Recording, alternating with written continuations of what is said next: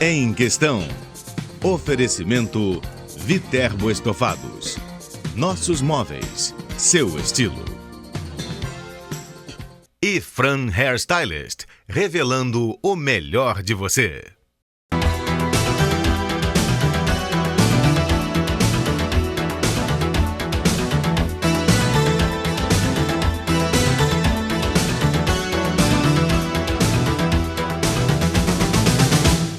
O suporte psicológico é fundamental durante as diferentes fases do tratamento do câncer. A saúde emocional faz toda a diferença nos resultados. Acreditar na vitória e em si mesmo são os melhores complementos à medicação. A frase é da arquiteta Cris Moura, diagnosticada com câncer de mama há 5 anos. No Em Questão de hoje, vamos conversar com ela e com a psicóloga do CTO, Centro de Terapia Oncológica de Petrópolis, Cristina Volker, sobre como lidar com o diagnóstico do câncer. Muito bem-vindas, obrigada pela participação. Geralmente, qual é a primeira reação quando a pessoa recebe o diagnóstico do câncer? Geralmente é o impacto, né? Como essa doença, que ainda é vista dessa forma, o medo, a inversão de valores, o que está acontecendo na minha vida, vou morrer. A maioria, quando tem a comunicação da má notícia... Como se fosse uma sentença de morte. É uma sentença de morte, porque ainda existe o estigma, câncer sinônimo de morte. Como é que foi para você, Cris? É o que ela falou, não é fácil, né? Você ir receber a notícia no consultório médico e ele te dizer, olha, você está com câncer. E O que passou na tua cabeça nessa hora? Você consegue lembrar dos medos que passaram? Eu lembro perfeitamente. A primeira, assim, eu lembro que quando ele falou, acho que a gente entrou no estado de choque, então eu no momento não consegui chorar. Eu fiquei durante uns 2, 3 segundos, acho que eu fiquei muda, eu não tinha palavras. E ele perguntou assim, você não vai chorar? Aí eu olhei para ele e falei assim, não, doutor, eu vou estar dormindo. Então o senhor tire tudo o que quiser tirar. A única coisa que eu preciso é da minha cabeça. Eu não vou morrer dessa doença. Eu posso morrer atropelada ali embaixo quando eu sair. Mas eu não vou morrer dela. Eu decidi que eu não vou desistir. Mas é uma situação de insegurança. Você não sabe ainda o que vai acontecer. É um baque mesmo, né? É a história do abismo, né? Pula ou cai. Aí você tem que decidir. Então, não é fácil, não é uma decisão fácil. Você tem, no caso de mulher, né, você vai tirar um seio. No meu caso, foi uma mastectomia radical da mama esquerda. Então, você ter consciência que você não vai ter mais o seu seio, que é uma parte feminilidade, sensualidade, maternidade, simboliza tanto as mulheres, né? E aquilo não vai mais te pertencer. Então, é o que ela falou, você tem que dar valores agora a outras coisas. Não é essa parte do seu corpo que vai te impedir de ser feliz. E é isso, mas é uma decisão chocante na hora, né? Normalmente, quais são os principais medos que os pacientes relatam? Bom, a partir do impacto, da entrada de um túnel que você ainda não vê a luz, o primeiro medo é o medo da morte. Depois é o tratamento, que também tem vários. Um fala, olha, você vomita muito, olha, você não aguenta. E assim fica também muito a imagem negativa do que é realmente esses efeitos colaterais do tratamento. E o impacto da perda desse seio, né, que é bem falado pela Cris, e ela vivenciou isso muito bem, a questão da perda da feminilidade, da perda desse seio, que ele, além disso, tem um instinto materno, né, do aleitamento. Então, são mudanças muito radicais e impactantes para a mulher, e que ela vai precisar ressignificar nesse processo, nesse enfrentamento desse adoecer e desse tratamento. Porque são fases que ela passa, né? O impacto de receber a notícia, o impacto da retirada do seio, aí vem o tratamento, como vai ser. Então é o medo da perda do controle da vida, né? Que a gente acha que tem, na verdade. Na verdade, o diagnóstico decreta uma mudança radical, né? Porque muda a relação com o trabalho, porque muitas vezes a pessoa tem que ficar afastada por um longo período, longos períodos, né? Muda a relação social com os amigos e tudo, e também com a família, né? Com o marido, ou no caso, se é o homem com a esposa, né? Como Sim. lidar com essas mudanças tão repentinas e tão drásticas? Sim, essa mudança é impactante para quem adoece e é impactante para quem está ao lado, né? A família, os amigos mais próximos, que eu digo que adoecem juntos e precisam também de serem acolhidos nesse momento, porque a inversão de valores pega de surpresa todo mundo. E o que fazer, né? Como lidar? Os papéis que mudam, como assumir, principalmente quem tem filhos, né, Cris? Verdade. Né? A muito vulnerabilidade fica muito presente, a fragilidade diante disso, do processo de adoecer, da possibilidade da perda, né, desse ente querido, a ameaça é constante. Então, essa família precisa também ser acolhida, precisa também do suporte psicológico para que possa, junto, ter um bom enfrentamento e poder ajudar nesse processo todo. Você já entrou aí na família, né? Como que a família é importante nesse momento e como que é importante que ela aprenda também a lidar, né? A saber o que falar, né? Como reagir durante o tratamento, às diferentes etapas, né? Sim, por isso que eu acho que é importante o suporte psicológico, porque a família se perde, ela precisa ressignificar para ela esse adoecer, para ela poder até ter condições de estar ao lado e poder ajudar, porque ela superprotege, ou em muitos momentos ela se afasta. Tem casos que o cônjuge abandona no meio do caminho. Isso é trágico, porque é a perda da saúde, é a perda do seio, e a perda de um ente querido. Então, a autoestima da mulher desaparece, né? Então, são muitas coisas para você ressignificar. E aí a gente precisa amparar essa família para que ela possa ter um espaço, para ela ressignificar essa doença e poder estar junto, orientando que é um processo. Mas que tem luz no meio do caminho, né? E que nós precisamos dela porque faz parte do tratamento, esse apoio familiar também, né? O tratamento para quem adoece e que ele possa dar o apoio para essa mulher, no caso, o câncer de mama e nos cânceres em geral, e que ele possa ter um espaço para ele também. Porque às vezes um fica segurando a onda. Então precisamos chamar essa família para que possamos também distribuir um pouco esse fardo desse adoecer, né?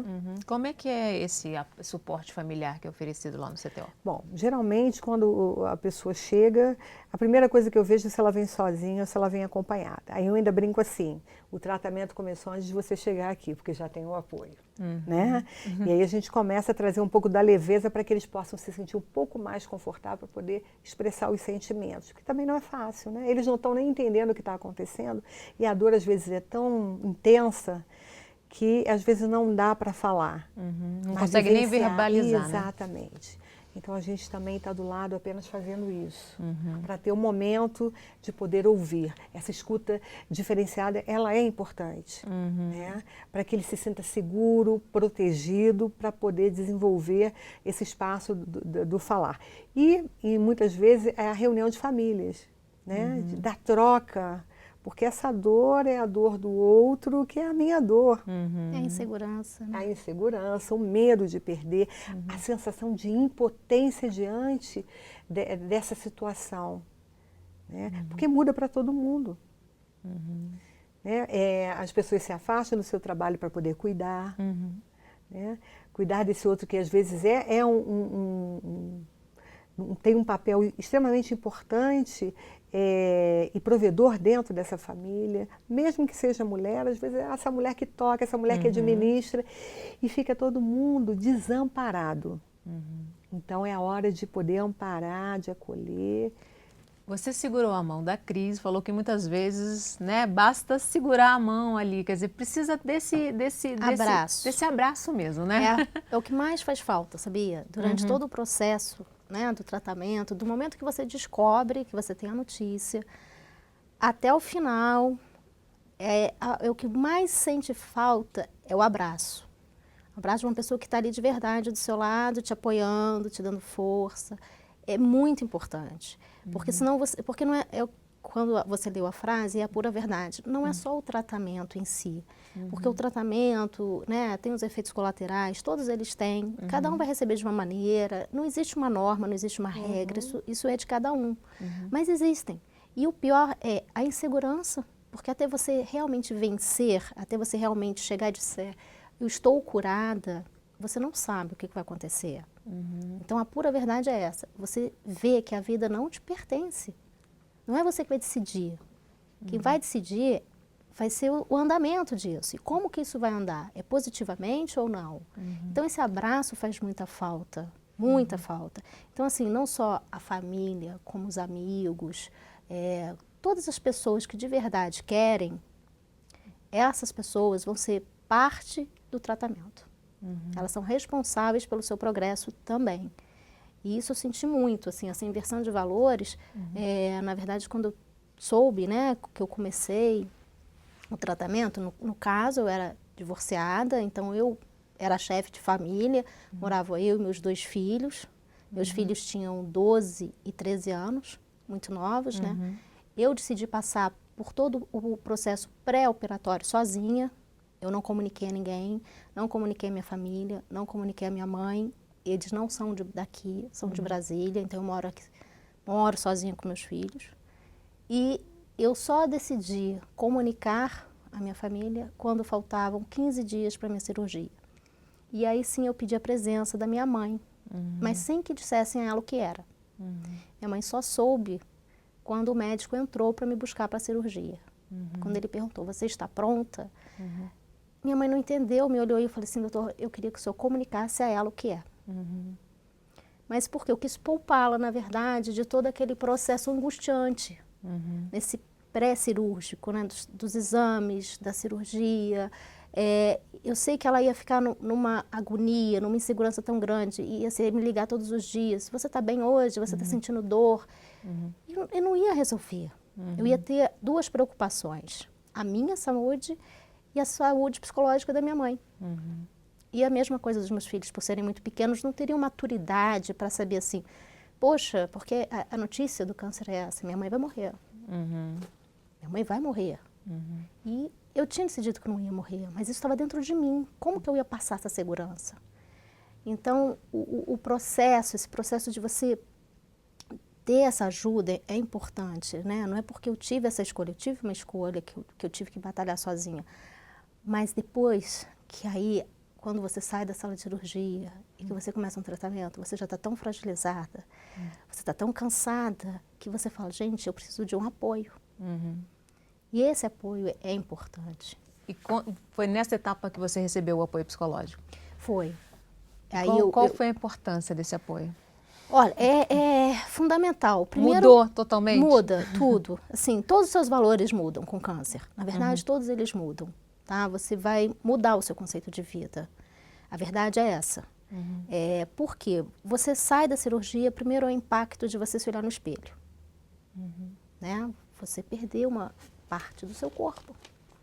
Um dia eu tinha os meus 2 seios e em menos de 24 horas, quando eu voltei para o banho, eu não tinha mais aquela parte do meu corpo. Então eu preciso aceitar. Não adianta eu brigar, ele não vai voltar. Não como era. Né? Hoje existem técnicas, pode até voltar. Mas naquele momento ele não me pertencia mais. E essa ajuda psicológica é muito importante. A família acreditar que você vai vencer, a família ser positiva, estar presente. Os filhos, né? A segurança que você vai transmitir a pessoas tão jovens, isso é muito importante. Então, logo depois eu procurei, fui fazer o tratamento no CTO. A Cristina foi minha psicóloga, acho que durante 3, 4 meses, não foi? Eu frequentei as consultas com ela, foi muito importante, até para você saber, porque a gente acha assim, poxa, por que eu? Será que é só comigo? O que eu fiz para merecer isso? A pessoa fica muito sozinha, né? E são os mecanismos de defesa naturais, né? E você falou sobre a questão mesmo que vem a raiva, a revolta, porque o que eu fiz para merecer isso, né? E aí, geralmente, eu lembro assim, o que um bebê fez para estar passando por uma doença também oncológica, né? Que ele não viveu nada. Está sendo punido de quê, né? Então, era alguma coisa que veio por alguma razão, que talvez a gente desconheça, né? Mas a gente sabe que o câncer, existe vários fatores de risco. E muito bem deve o oncologista ter comentado sobre isso. Mas essas fases, naturalmente, se passam. Não necessariamente por uma ordem, mas as pessoas ou às vezes negam a doença, né? Ou às vezes ficam revoltadas, com raiva, ou se resignam, mas não participam ativamente do processo do tratamento, da sua recuperação. E existe a coisa da depressão reativa, que você tem que estar acompanhando e vendo até em que momento há necessidade de um psiquiatra também entrar ou não.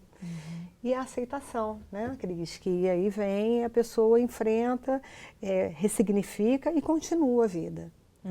Até chegar nessa aceitação tem todo esse lado mesmo, né? Muitas vezes a pessoa até leva um certo tempo entre o diagnóstico e tomar as providências mesmo, porque está passando por essas fases, né?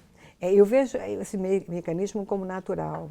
Né? Agora, quando a pessoa entra num processo de demora para procurar o tratamento, ou então, assim, tem o diagnóstico, que não foi o caso da Cris, mas aí ele nega, não aceita, aí ele demora e vai procurar um outro médico querendo ouvir diferente.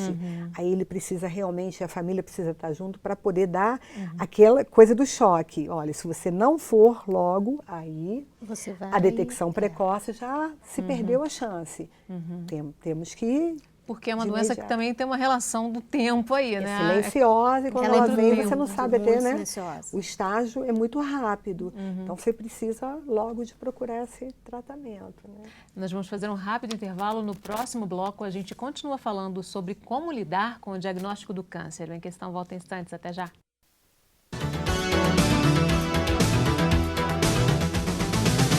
Em Questão.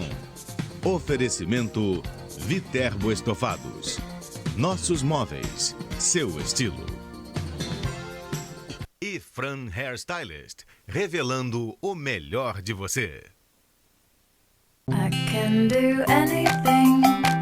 I can do anything today. I can do anything. I can do anything today. I can go anywhere. I can go anywhere today. Você pode sentir medo ou sentir-se livre. Câncer de mama transforme medo em liberdade. I can be anyone. I can be anyone. Em Questão. Oferecimento Viterbo Estofados. Nossos móveis, seu estilo. E Fran Hairstylist, revelando o melhor de você.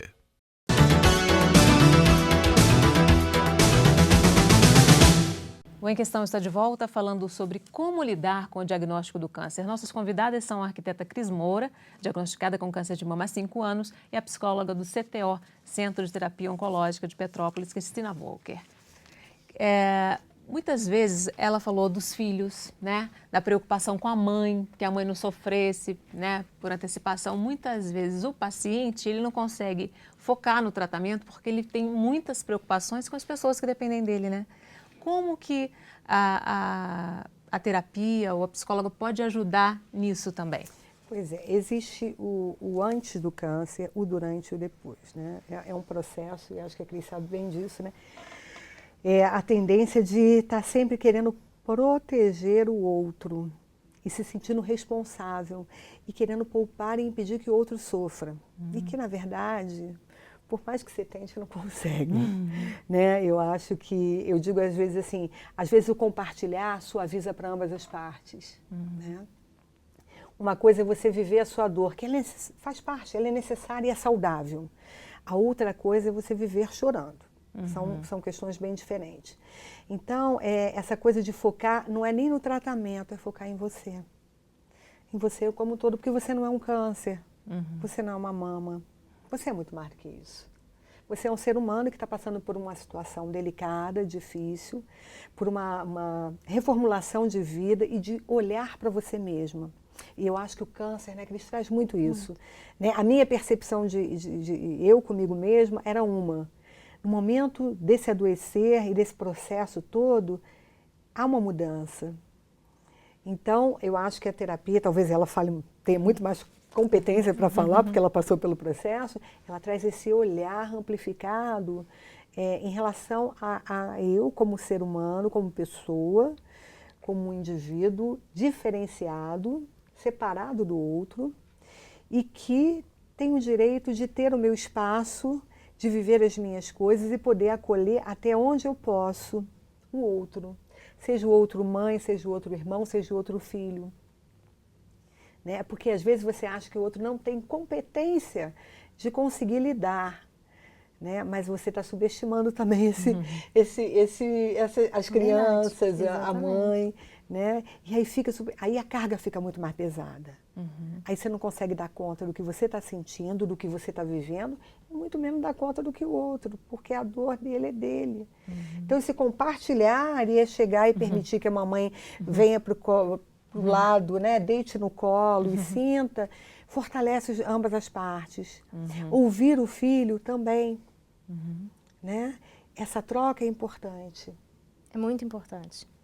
Aí você pode falar um pouquinho então, disso. Né? O que a Cristina falou é a mais pura verdade, né?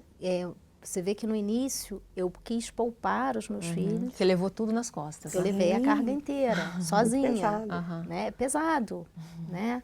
Mas exatamente por isso, porque eu não sabia o que vinha. Né? Então, a minha insegurança era muito grande. Né? Eu não tinha ainda o diagnóstico, eu não sabia que tratamento eu ia fazer, eu não sabia se eu tinha metástase, se eu não tinha, até onde isso tinha ido. Na verdade, no meu caso, até quando eu fiz a mastectomia radical, eu poderia ter evitado. Porque eu descobri os meus nódulos. Eu mesma, com autoexame, descobri. E eu descobri 8 meses antes da segunda vez que eu procurei o mastologista. Mas da primeira vez tinha dado benigno os 3 nódulos, quando fizeram o exame. E quando apareceu de novo, você achou que era, né? Não, tinham dado... Eu que tinha achado, então aquela coisa, você vai, e não, são 2. E eu falava, não, são 3, eu tenho certeza, eu me conheço. Não, são 2. Doutor, vamos fazer todos os exames possíveis, eu tenho certeza, são 3. E aí, no último exame, no mais completo de todos eles, apareceu o terceiro muito pequeno. Ele falou, realmente, são 3. Fizeram, né? Não, olha, deu benigno. Mas fizeram nos 3, inclusive, nesse terceiro? Nos 3, exatamente. Mas até por conselho dele, ele falou, Cris, no seu lugar, eu tiraria logo de uma vez. Mas eu tinha uma viagem marcada.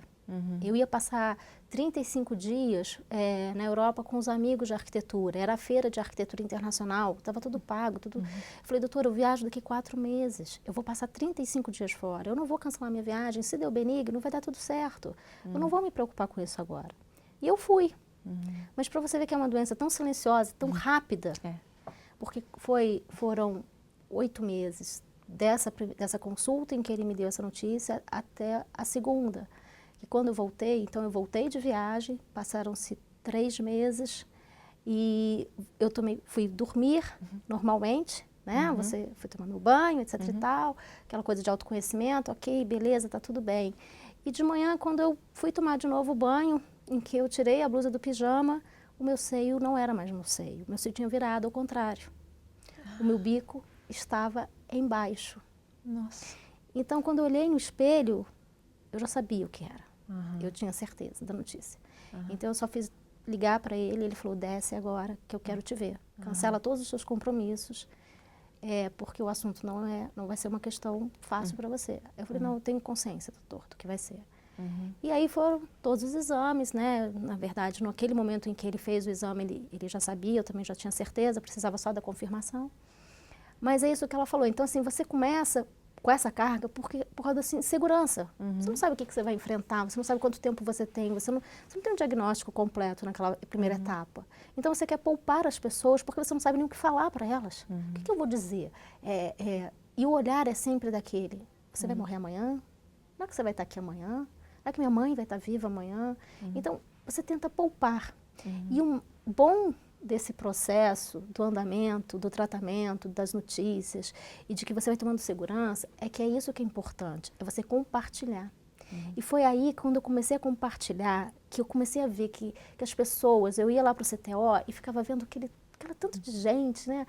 E eu olhava e falava assim, gente, poxa, tanta gente passando pelo mesmo problema que eu, por que eu tenho que ficar em silêncio? Por Por que eu tenho que passar essa dor tão sozinha? Por que eu não posso conversar com quem está do meu lado? Quem sabe ela não me fala alguma coisa? E aí, isso vai te ajudando muito. Quando você compartilha, quando você divide, quando você vê que as pessoas... É normal. Nossa, eu sou uma pessoa normal. Eu não sou diferente porque eu tive um câncer. Sabe? Então, assim, é muito bom.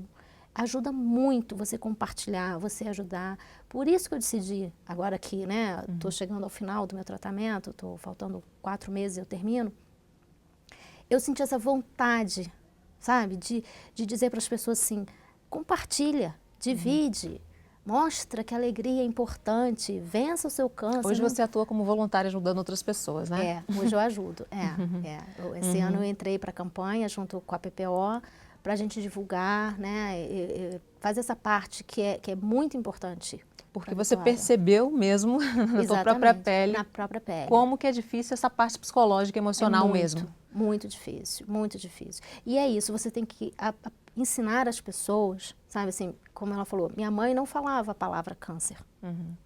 Ela passou, acho que os primeiros 2, 3 meses, ela não falava minha doença. Ela falava aquela. Ainda tem esse estigma? Tem. E aí eu que falava para ela, mãe, diga câncer, pronuncie a palavra, eu não vou morrer. Porque é como, a pessoa parece que quando ela fala a palavra, né, o diagnóstico é morte. É exatamente o que ela falou no início. Entendeu? Então você tem que passar essa determinação às pessoas de que não, o câncer é claro que é uma doença séria, ninguém está falando que não é, mas ela tem tratamento, você pode vencê-la, você depende de outras pessoas, você depende de você mesma, da sua coragem, sabe, da sua determinação, da sua positividade e de querer vencer. Se você botar na cabeça, não é, doutora, que eu vou vencer e eu vou passar, claro, né, dependendo de todo um diagnóstico que for lhe dado. Você consegue. E você já adiantou aí, você está na fase final já do tratamento, né? Como é que está esse teu tratamento? Na verdade, o meu diagnóstico foi, o que produz o meu câncer é o hormônio feminino. Então, eu não posso ter o hormônio feminino, né? Então, o meu tratamento é para anular o hormônio feminino no meu corpo. Então, ele é um tratamento um pouco novo, né? Não é um convencional como radioterapia e quimioterapia, ela é uma hormonioterapia. São 5 anos em que eu faço uma aplicação de uma cápsula, faço a aplicação no CTO, eu vou lá todo mês, né, e faço essa aplicação e tomo também uma medicação em casa diariamente, que é um comprimido, né, é via oral. Então, assim, é muita determinação, né, o que ela falou. Início, tudo tem o seu, assim, como é que se diz, como é que fala, doutora, quando tem o remédio, o efeito colateral. Então, no início dá depressão, você tem não só depressão, eu fiz o meu corpo mudar, na verdade esse remédio hormonal, eu estou na menopausa, sem ter chegado na menopausa, eu provoco a minha menopausa, eu mesmo tenho que dizer para mim que eu já estou lá com 50 anos, entendeu? Já foi, meu corpo é outro, eu estou dizendo isso para ele. Então todos os efeitos da menopausa, eu passei por todos eles, calores, né? Mudança de temperamento, então aquela coisa angustiante, um calor infernal, que você não sabe de onde vem, que te dá uma fobia, mas faz parte do processo. E aí quando você começa a perceber frios também, né? Frios sem explicação, algumas coisas assim, e aí quando você começa a ter consciência de que isso é parte do tratamento, e aí você começa a respirar e fala, calma, são 15 minutos de calores insuportáveis, vai passar, são 15 minutos. Então, aí você vai se ajeitando nessa história toda e você vai encontrando o seu bem-estar nisso, entendeu? Mas todos eles têm esse efeito colateral. E aí você tem que se encontrar em algum momento assim e dizer, é rápido, vai passar, que dure, sei lá, 40, 50 minutos, 1 dia, 2 dias, mas é passageiro. O apoio psicológico é fundamental até para enfrentar os efeitos colaterais, né? Sim, Isso as que ela mudanças, falou, né? Quer dizer, a Cris, os efeitos colaterais dela foram mais a menopausa precoce que ocorre, né? E a mulher tem que aprender a conviver com isso, né? De uma maneira muito precoce mesmo. Mas uma das coisas que impacta também a mulher, que eu acabei não tendo oportunidade de falar, é a alopécia, a queda do cabelo. Né? Essa mudança e ela se olhar sem o peito e careca é uma coisa que ela precisa... Você sabe que você está convivendo, se ajustar diante disso e começar a se enxergar na sua beleza de outra forma. E lembrar que o cabelo vai voltar, em algum momento ele vai voltar. Mas enquanto não volta, até você se ajustar a essa situação, também leva um tempo. É o tempo individual de cada um, mas o impacto. Às vezes elas estão lá com medo nem tanto do efeito da... E às vezes chega assim, eu já perdi o seio, mas perdeu o meu cabelo, que é tudo que eu tenho. Porque a pessoa perde a referência dela no espelho, né? A identidade dela é muito nesse visual, né? E aí precisamos trabalhar nessa ressignificação. E aí eu trabalho muito com algumas técnicas para ela poder se olhar e ver outras coisas que fazem parte e são importantes nessa identidade. Redescobrir a própria identidade, Exatamente. Né? Como é que é isso, rapidamente? É os valores, é a visão dos valores que ela tinha e ela começa a descobrir a partir desse novo olhar que ela começa a ter. Então, vamos lá.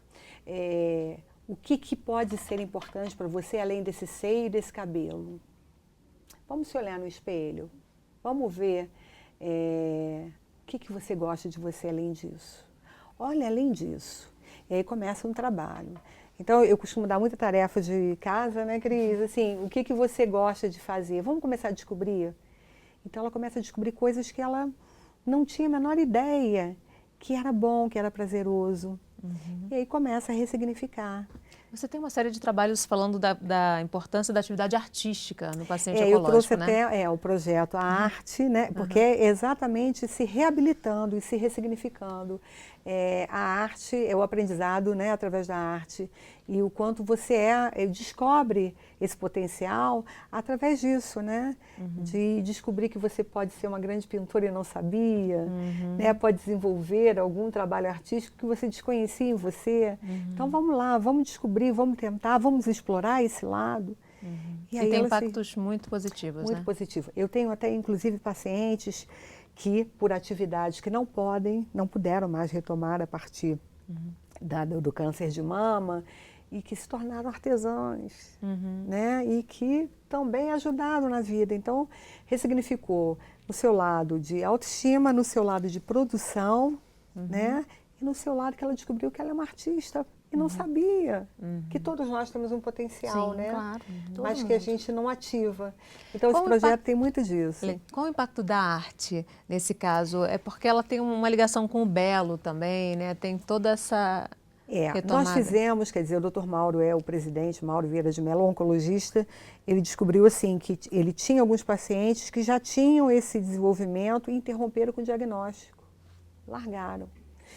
E aí a gente começou a chamar a atenção junto com a psicologia, vamos começar a levantar aqui no CTO quem fazia alguma coisa em arte. Fizemos a primeira exposição. Aí fundamos o Grupo Realizar, com a exposição de todos.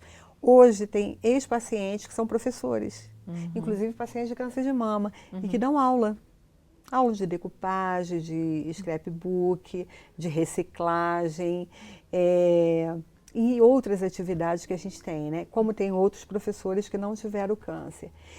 E o impacto foi social, porque a gente tem um questionário de qualidade de vida internacional que a gente aplica. Quando a pessoa chega para iniciar a atividade, 4 meses depois, se ela continua, e 1 ano. E foi apresentada até fora do Brasil a melhora global, emocional, física e social.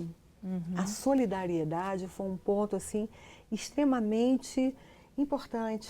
Essa coisa, né, do compartilhar, de se sentir inserido de novo. E ela vê que ela pode criar ainda e coisas belas, né? Exatamente. Que a beleza, ela transcende essa coisa do cabelo. Não é mais só o seio, não é mais só o o cabelo. Você tem outros valores. Então é muito legal. Ok, nós vamos fazer mais um rápido intervalo no próximo bloco. A gente continua falando sobre como lidar com o diagnóstico do câncer. Em questão, volta em instantes. Até já.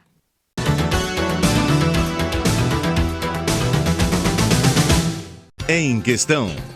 Oferecimento Viterbo Estofados. Nossos móveis, seu estilo. E Fran Hairstylist, revelando o melhor de você.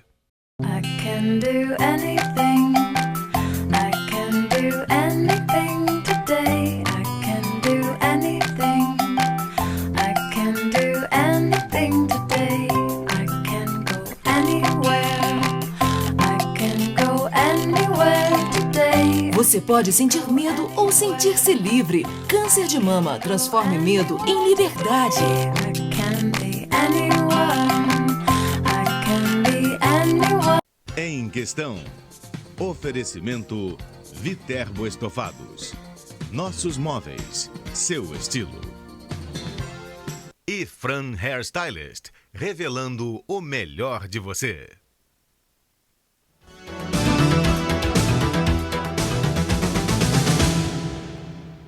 O Em Questão está de volta falando sobre como lidar com o diagnóstico do câncer. Nossas convidadas são a arquiteta Cris Moura, diagnosticada com câncer de mama há 5 anos, e a psicóloga do CTO, Centro de Terapia Oncológica de Petrópolis, Cristina Volker.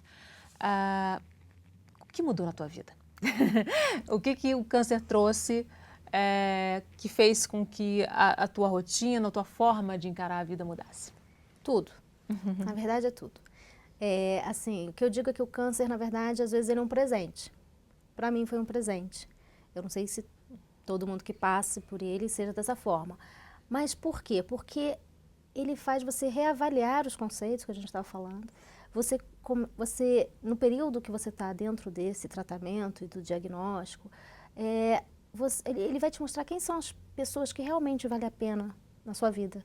Então, às vezes, você dá valores às pessoas que estão ali do seu lado, dizendo que são seus amigos, eles são os primeiros a sair correndo. Eles vão te abandonar ali. E aí, de verdade, vão aparecer aquelas que precisam, que digam assim, você é muito importante para mim. Você é uma pessoa que tem um valor muito nessa minha vida. Então, assim, muda os teus conceitos de olhar ao próximo, e aí você cobra menos de você mesmo quanto ao que vai ser do seu futuro ou não, porque você aí que tem certeza de que o amanhã não te pertence, né? Eu não sei o que vai ser amanhã, mas eu sei quem eu sou hoje, né? Então te dá aquela segurança. Hoje eu acordei, hoje eu vou trabalhar, hoje eu tenho minha família, hoje é meu dia de ser feliz. Então é essa determinação. Hoje eu sou feliz. Eu não sei amanhã, por que eu vou me preocupar com amanhã? O amanhã não me pertence. Então, essa segurança, quando você começa a encarar essas coisas, as coisas são mais leves. Então, se você errar, faz parte da sua vida você errar, faz parte de você conviver com esse erro. Desse erro você vai tirar um aprendizado que é fundamental para o seu crescimento. Então, aí você começa até a colocar isso para os teus filhos. Aí, no meu caso, né, que assumi tanta carga no início, hoje eu divido com eles. Entendeu? Dá, não dá, dá para fazer isso? Não, não dá. Então, sabe, assim, e eles amadureceram muito com essa divisão de importâncias na vida, né? Hoje eu vejo como eles reagem. E até, por exemplo, no meu processo, que eu era divorciada, sou divorciada até hoje, e então aquela coisa de ex-marido, a gente quase não se falava, aquela coisa muito... E hoje ele é meu parceiro. Hoje ele convive na minha casa, ele tem até a chave da minha casa. As portas são abertas para ele a hora que ele quiser. Ele entra na minha casa, convive conosco, ele passa o final de semana conosco. Na verdade, nós somos, eu acho que até mais do que casado, acho que passa disso. Na verdade, nós temos uma parceria de vida. Então, assim, um dá força ao outro. Por quê? Porque nós decidimos pela família. Então, a hora que você encontra isso, que você vê que o importante na sua vida é o que está dentro do seu coração, aí todos os valores mudam, né? O teu trabalho, você toma um aspecto diferente, você vai fazer aquilo com outro olhar, com um prazer maior. É o que ela falou, às vezes as pessoas não se dão o direito de encontrar o que realmente as fazem felizes. Então as pessoas às vezes estão envolvidas ali, se descobrem artistas, e aquilo é que vai torná-las felizes. E não um trabalho às vezes tão bem remunerado, aquela coisa estressante. Então a alegria, eu acho que a vida passa a ser nos detalhes, nas coisas pequenas, né? As coisas tão grandiosas que a gente valoriza tanto, que as pessoas buscam tanto, que fica naquela coisa, naquela correria, naquele estresse. Por quê? Porque eu tenho que ter, Pra quê? Eu não sei nem se amanhã eu vou estar sentada aqui nessa cadeira de novo, batendo papo com vocês, mas hoje eu estou feliz. Então, muda, é outra vida, né? Eu digo que o câncer não é uma doença, é uma mudança de vida mesmo. Né? E é um presente para quem sabe absorver isso tudo e transformar a sua vida. Você diria que hoje você vive mais intensamente, né? Você vive com mais qualidade nesse sentido? Eu vivo mais leve. Eu sempre fui muito estressada, eu sou uma pessoa assim, né, com trabalho, muito responsável, muita cobrança. E hoje eu consigo, às vezes, olhar e falar assim, Se não der tempo, não vai dar. Também não vou perder minha noite mais de sono, entendeu? Também não vou chorar mais por isso. Ah, se eu errar, eu errei. Olha, desculpa, é um direito meu, eu sou um ser humano, eu tenho direito a errar. Então, é isso, sabe? Você começa a querer ter o seu ponto de equilíbrio. Eu vou até aqui, mais do que aqui, poxa, eu já não posso mais. Né? Para quê? O que eu vou obter com esse meu esforço tão grande de quase tirar a carne? Vai valer a pena? Então você começa a se questionar dessas coisas. E às vezes também a pessoa pega tanta coisa para fazer, né? E aí ela vai ter que começar a priorizar, né? O que é mais importante, né? Isso aí, exatamente. Acho que saiu do automático, né? E começou a assumir as coisas que é importante, o que é dela, o que é do outro, É né? isso, isso. Trazendo mais a leveza de vivida mesmo, né? É isso. A Cris falou sobre a doença, né? Mostra para você que você não tem o controle sobre o teu futuro, né? Mas você tem o controle sobre a tua atitude diante da vida, né? Com certeza. E é isso que a pessoa deve focar, né? Exatamente. Aí eu acho que, assim, quando se chega lá e a pessoa está perdida, uma das coisas que a psicologia pode mostrar, e até a equipe, né? Porque a relação médico-paciente é fundamental, é exatamente que você é responsável por você. Que o médico pode fazer dentro do que cabe a ele, o psicólogo pode, o enfermeiro, o farmacêutico, enfim, todos. Mas se ele não se assumir enquanto ser humano, enquanto eu estou com um problema e eu preciso estar participando ativamente e eu tenho os meus recursos para poder enfrentar, ter a resiliência nisso, se eu não acreditar e se eu não desejar e se eu não assumir, por mais que os outros façam, não vai ser o suficiente. Então, eu sempre digo assim, todos os recursos estão dentro de você. Basta acessar. E toda a equipe, desde o médico, o psicólogo, o nutricionista, o enfermeiro, enfim, estarão aqui para ajudá-lo nesse processo. Mas o papel principal é o seu. Porque se você sentar nessa cadeira da quimioterapia e disser esse remédio não vai fazer efeito, ele pode não fazer mesmo. Né? Porque você tem uma mente, tem o seu psique, tem o seu organismo como um todo, você é holístico. Então, a responsabilidade maior é sua, de querer viver e de acreditar que pode dar certo. Verdade. Como ela mesma falou, né? Você precisa estar presente junto com toda a equipe. E é a oportunidade de mudar de atitude diante da vida mesma, né? Atitude. É um divisor de águas, né? Não dá para continuar atuando na vida como era antes, né? Sim, como um telespectador, né? Eu acho que você é o personagem principal da sua história e da sua vida, né? Então, é um processo, mas que ele é possível de você poder segurar na sua própria mão e na sua fé, que existe aí todo um trabalho e pesquisas mostrando que se você acredita, a coisa tem uma resposta positiva e seguir adiante. E com todos segurando na sua mão e seguindo e acreditando junto com você, né? A Cris falou na depressão, né? A depressão é um quadro muito comum nos pacientes com câncer, né? Sim. Existe a depressão reativa diante da comunicação, da má notícia, diante do processo de alguns efeitos colaterais, e que às vezes só o suporte psicológico, a ajuda da equipe é o suficiente. Em alguns casos não. Em alguns casos você tem que indicar para que o profissional psiquiatra entre com alguma medicação, porque principalmente se a pessoa já tem uma história de vida, de depressão, de tentativa de suicídio, porque existe casos assim. Então você tem que estar mais atento. E o grau da depressão também, né? Se esse grau da depressão ele é alto, você precisa de estar mais atento.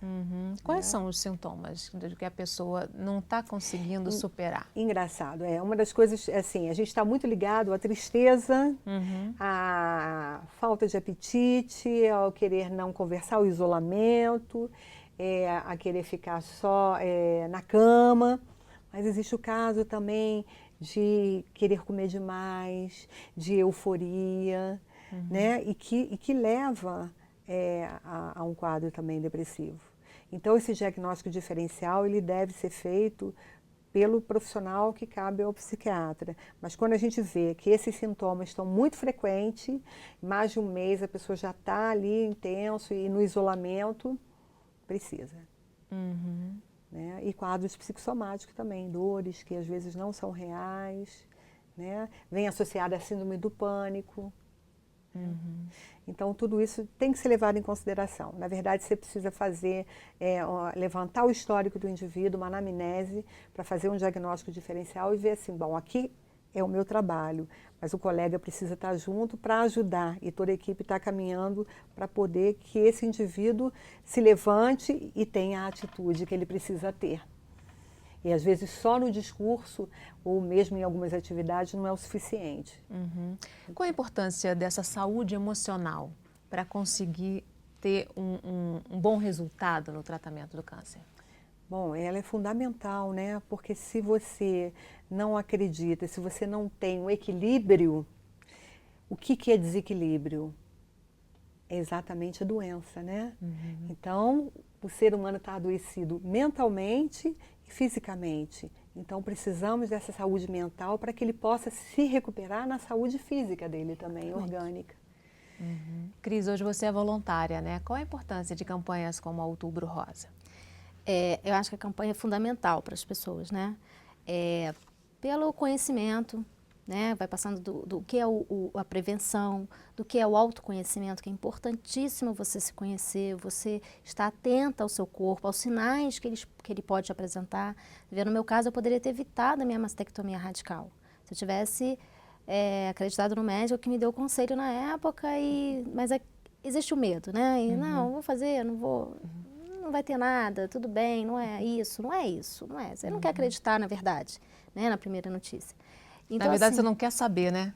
Tem ainda Sim, essa reação, né? Tem. Você tem essa. Não, comigo não. É aquela história. Não, É comigo evitação, né? não. Comigo não. É o estágio da 35 negação. anos, 35 dias na Isso, Europa, depois a gente vai ver. Depois a gente vê. Olha a importância. Olha, aí você vê a troca de valores que isso fez, né, acontecer. Não é isso que vai fazer diferença na minha vida. Então, assim, essa campanha eu acho que é fundamental. Primeiro, conscientizar as pessoas, levar até a elas a prevenção, o autoconhecimento, o autoexame, como é importante você procurar um médico, como é importante você lidar com o diagnóstico, como é bom você ver também as pessoas que passaram. Então, as pessoas que estão ali divulgando, geralmente são pessoas que passaram, são pessoas, né, no mês de outubro, a maioria são vitoriosas, né, como a gente chama aquelas que passaram, né, Venceram, né? Venceram o câncer, né. Então, assim, aquilo encoraja, porque elas são pessoas normais, felizes, com a família, né, tem família, são pessoas que estão ali tendo seu próprio trabalho, tendo seu próprio valor. E isso é muito importante, porque é uma forma de você fazer com que elas vençam essa barreira do medo. Poxa, mesmo que eu tenho vida depois disso. Né? Não é exatamente o diagnóstico de morte como a gente lê, né? Pelo contrário. Então, essa informação de chegar nas pessoas é muito importante. Eu acho que isso é fundamental para que elas possam, como que se diz, vencer, né, do diagnóstico até o final do tratamento. É encorajador. Na verdade, é uma maneira de você encorajar as pessoas a se autoconhecer, a aceitar as transformações que o corpo possa vir a mostrar e você ter a coragem de ir ao médico e esperar o que é o resultado que ele vai lhe dar. E a grande meta das campanhas, como o Outubro Rosa, é fazer com que a detecção do câncer seja cada vez mais precoce, né? Sim. Evitar que seja esse diagnóstico tardio, que hoje é um grande problema ainda, né? Ainda. Essa preocupação, ela é nacional e podemos dizer que é mundial porque o Outubro Rosa não é só nosso, é mundial, né? Porque estamos vendo que está previsto até 2020 ser a primeira causa de mortalidade.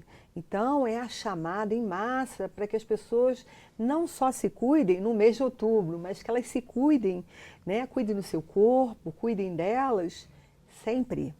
E que não tenham medo de fazer o autoconhecimento, de olhar o seu corpo, se ver se há alguma coisa diferente, seja no seio ou em qualquer outra parte. De fazer os exames preventivos, de fazer os exames preventivos, mesmo a gente sabendo que na rede pública existe as dificuldades, não só em Petrópolis, mas geral, mas que precisa, para que se rompa com isso, a gente precisa estar buscando, né? Buscando esse cuidado, porque senão fica uma desculpa para não realizar. Então, essa chamada é uma chamada exatamente para, se por acaso descobrir, se descubra precocemente. Quanto mais cedo você descobrir, essa possibilidade de cura é muito maior. Né? A preocupação é que não haja mesmo uma doença avançada. Por isso que a gente está sempre chamando a atenção, e as idades, né, apesar de preconizar 50 anos, mas é que a gente está vendo que a cada dia está chegando mais jovens com câncer de mama e outros A tipos de Cristina câncer. mesmo, muito jovem, né? Muito O jovem. diagnóstico Eu com que fui idade? diagnosticada, eu tinha 39 anos. Então precisamos que a mulher comece logo cedo a olhar para o seu corpo e ver, fazer o autoconhecimento da mama, tem alguma coisa diferente, está saindo alguma secreção, vamos buscar um médico para que ele possa encaminhar para o mastologista, para ele possa encaminhar para um médico especialista e tomar as providências logo. Né? Para que a gente não possa estar aqui como a Cris, fazendo seu depoimento, mostrando existe o câncer, nem sempre é o fim, é um recomeço. Então vamos ficar atentos e vamos nos cuidar. Tem um aspecto aí que é importante a gente falar, como lidar e como ajudar o paciente a lidar com o medo da volta da doença. Sim. É muito comum, principalmente quando há o término do tratamento. A sensação de desproteção, e agora? Não estou fazendo mais nada, não estou tomando mais nada, então eu não posso sentir uma dor de cabeça que eu associo o câncer voltando. Qualquer dor que eu sinta está ligada ao câncer. Então, é lembrar que você continua sendo um ser normal, você não é um câncer, você é uma pessoa que tem direito a ter dor de cabeça, infelizmente isso faz parte do nosso processo enquanto ser humano, né? E que quanto menos você focar na doença e focar na arte, no prazer, na vida, mais esse medo diminui. Ele fica num tamanho que porque o medo não desaparece, mas ele fica num tamanho que você consegue lidar e administrar. Porque medo todos nós temos, mas que ele seja equilibrado para que você siga a sua vida. E o medo, às vezes, ele é saudável porque te desperta que você precisa, né? Como em frente a um perigo, se proteger. E da mesma forma, aí eu tenho uma dor de cabeça, vou me automedicar? Não, ela é persistente, vou procurar a quem é de direito. Mas nem sempre, na maioria das vezes, não tem nada a ver com o câncer. Né? E tem os exames de rotina depois, Os né? exames Da de alta, rotina, né? pelo menos 5 anos, para poder, e vai espaçando, né? Esse controle, até a pessoa ter alta totalmente e seguir a sua vida. Como que as pessoas podem participar, no caso da PPO, quais são os serviços que são oferecidos, como é que é? Então, a PPO, ela é uma associação, né, que ajuda, na verdade, aqueles que estão diagnosticados e a família também, né? Ela dá um apoio não só às pessoas que estão em tratamento, né? Ela oferece trabalhos manuais, né? Ela oferece atividades, né, que possam complementar exatamente isso, buscando uma autoestima, valorizar essa pessoa, como apoio à família também, né, para que as pessoas possam fazer esse acompanhamento, porque muitas pessoas vêm de fora hoje fazer tratamento no CTO, então ali ela encontra um apoio, a família encontra um local para poder fazer alimentação, um local para poder ficar o estar, porque às vezes muitos têm que dormir, então ela oferece também os quartos para que as pessoas possam permanecer durante 3, 4 dias de tratamento junto ao CTO, para que esse tratamento possa vir, né? Tentam amenizar essas dores, que a gente sabe que não é fácil, mas ela tem todo esse processo de ajuda, né? Além da doutora que é a psicóloga, de apoio, né, para que as pessoas, para que a família se sinta ali amparada, acolhida, né? Então ela tem essa busca de acolhimento, da própria medicação, que muitos não têm condições, né? Existem alguns remédios, né? Que não são oncológicos, Isso, né? não E são tem uma oncológicos. equipe multiprofissional, Tem. psicóloga agora, tem nutricionista, tem fono, que dão suporte a essas mulheres e até aos pacientes que ainda estão tratando lá. Por exemplo, o nosso foco, porque a demanda é muito grande, sabe, Fátima? Sou eu e agora tem mais uma psicóloga comigo, que é a Carolina Carvalhais. E agora conseguimos uma psicóloga, 2 psicólogas para a PPO. Terminou o tratamento, até para não ficar ligado na doença, precisa de continuar para autoconhecimento, a gente fecha o contrato e encaminha para a PPO, para a vida, para não ficar ligado às pessoas que estão lá em tratamento, para ficar ligado à doença, aquela espada que de repente pode voltar. Então, elas vão para Fernanda Júdice ou para Natasha, que estão lá disponível para fazer esse acolhimento, tanto a família quanto os pacientes pós o tratamento. E é uma satisfação você encontrar, É né? gratificante. Pessoas que venceram, que estão aí, retomaram a vida. A maior gratificação é essa, né? É de ver as pessoas, é o divisor de águas, é o depois, né? É o depois. É o depois, aí, tocando a vida, se realizando em todos os sentidos, Exatamente. né? E na maior parte das vezes, muito mais felizes, né? E muito mais feliz. Imagina encontrar um ex-paciente que já é papai. Que coisa linda, né? Assim, bom, eu estou ficando velha, hein? Mas o importante é que eles continuam melhor do que chegaram, né? Aprendem a viver melhor. Aprendem a viver melhor. Então, o câncer tem também o seu ganho de aprendizado. E nós, profissionais, eu digo que cada um que senta na minha frente, eu aprendo alguma coisa com eles.